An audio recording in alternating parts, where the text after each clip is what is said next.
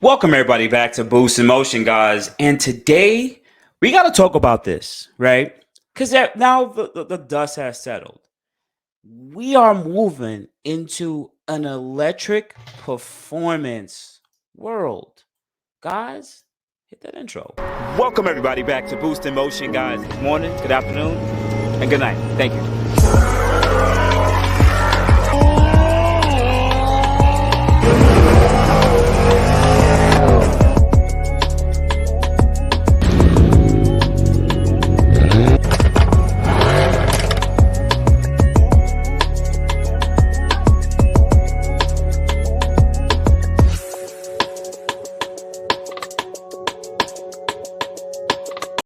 Welcome everybody back. Welcome everybody back to the channel. I quickly want to just say this. Thank you for all the Boost in Motion family that continue to hit the like button. Much appreciative, and I thank you guys so much. And if you're new to this channel, watch this video and watch some other videos. And let me know if you like it by subscribing and hitting the bell notification. Anyway, guys, let's go. Let's jump right into it.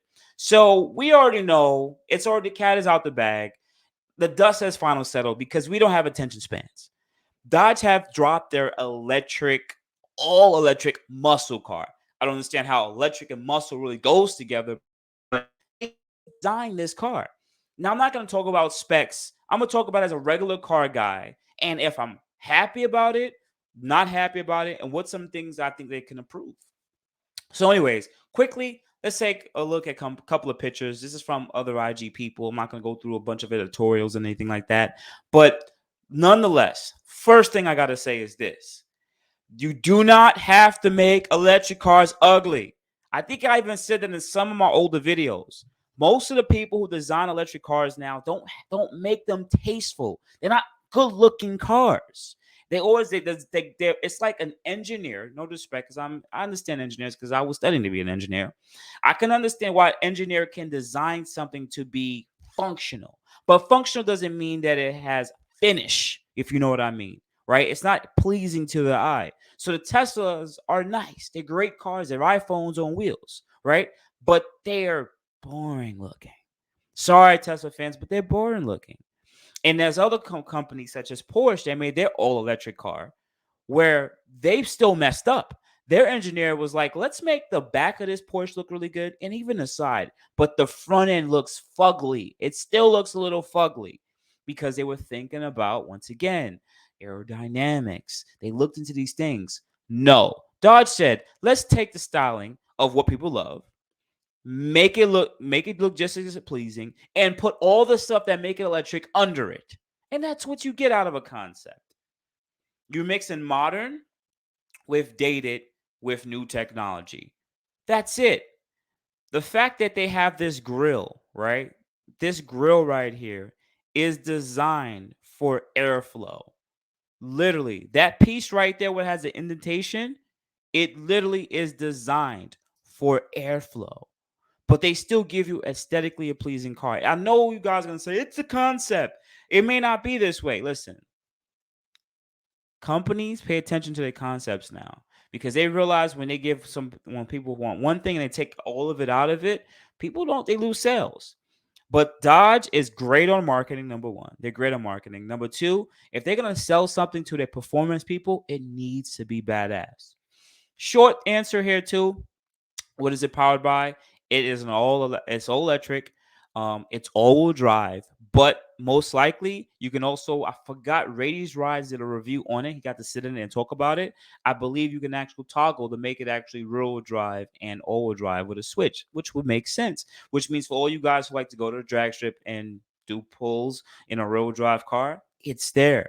But also the best part about it is, the second thing, I've said this before, why don't they design these electric cars with transmissions? Remember that Mustang that went with electric motor and it was still 6-speed manual? I still think at that SEMA show there was probably BSing because I still never saw a video of them driving that car.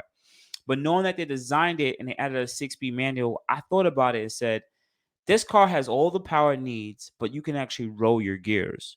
Which, once again, you can add tire screech and everything, but you don't have that V8 noise. But you can roll your gears.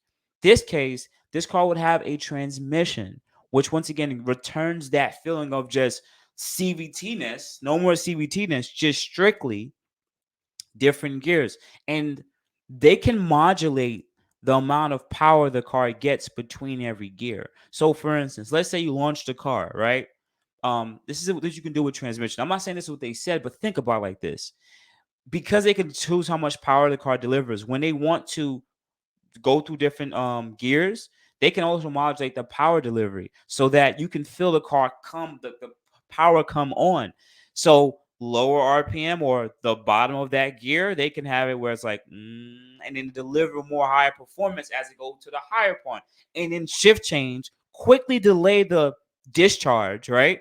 And then when it switches to the new gear, hit it once again and then control it. This will return some of the emotion. But this is also the part that I like the most about it, right? Because they're not going to show it in this part. I don't think they are. I'm going to quickly show. Let's do a quick stop screen share on that one, right? And I want to show you this part. Not a lot of people like this next part, but if you guys can see, I'm pretty happy about it. Like, I'm super interested in it because to me, it gives there is something that was also missing from electric cars, and it's this. Keith, get some still shots if you can. That part right there. Some of you guys may not like that. I love that part. First thing, it literally reminds me, right? It reminds me of Nissan, Need for Speed Carbon, and all these cars that I grew up, these race car games I was driving. Yes, they had synthetic noises, but it sounds similar to that. The car still looks badass, but some people would say, why add noise on the outside, right? It's not like it's really doing anything. Yeah, but it's still part of the emotional connection. And if they get the right designers that work for sympathies and all this stuff, like there's a certain amount of rhythms or beats. If you design a certain way, it's pleasing. It's literally ear candy. Some people may not like it, but I actually do. When I first went to Mata Fame's event and I saw two Tesla PDs or whatever they call them. This is before they came with the plaids, and they took off. It was like, huh. And the thing is, those cars are like running in the mid-10s, but it's like there's no drama, there's nothing. It's like, oh, that's cool. Two Teslas are racing each other. It's not exciting. It's just not. I'm sorry, Tesla people. I get it for the technology, but as a car person, it has its place, but it's not for the majority masses. When I hear a Hellcat and a GT500 do the same pull, it is a way different emotional experience. Just like I'm getting emotional, I think Dodge is going the right direction. Give it some noise on the outside. Give it some noise on the inside. Make sure that it makes it sound like it is going through the different gears. Because the one thing that I love about the Hellcat is that whine, that V8, all the noise that comes from that exhaust. It has drama. And I think that's what electric cars was missing. They're missing the drama, the noise, and mainly, to be honest, for the broad masses of people, the aesthetics. This car is aesthetically pleasing. It is aesthetically pleasing. As much as you guys may hate it, they made something that looks good. Outside of that, guys, you guys have a good morning, good afternoon, good night. Tell me what you think. Tell me if your boy Boost is bugging. Tell me your honest opinion. Do you think Dodge is going the right direction or going the wrong direction? Or honestly, just hit me up at Boost Emotion on G, Facebook, and boostinmotion@gmail.com. Otherwise than that, guys, I appreciate it. You guys have a good day. Thank you, everybody, for watching. Do appreciate you guys. Love you guys very much. You can also check out the 2 links I posted for some of my other videos. Also, on top of that, if you want to purchase some Boost Emotion merch, definitely check the link that I posted also. And finally, if you've been watching all my videos and you enjoy them, please hit the link to subscribe to my YouTube channel. Thank you.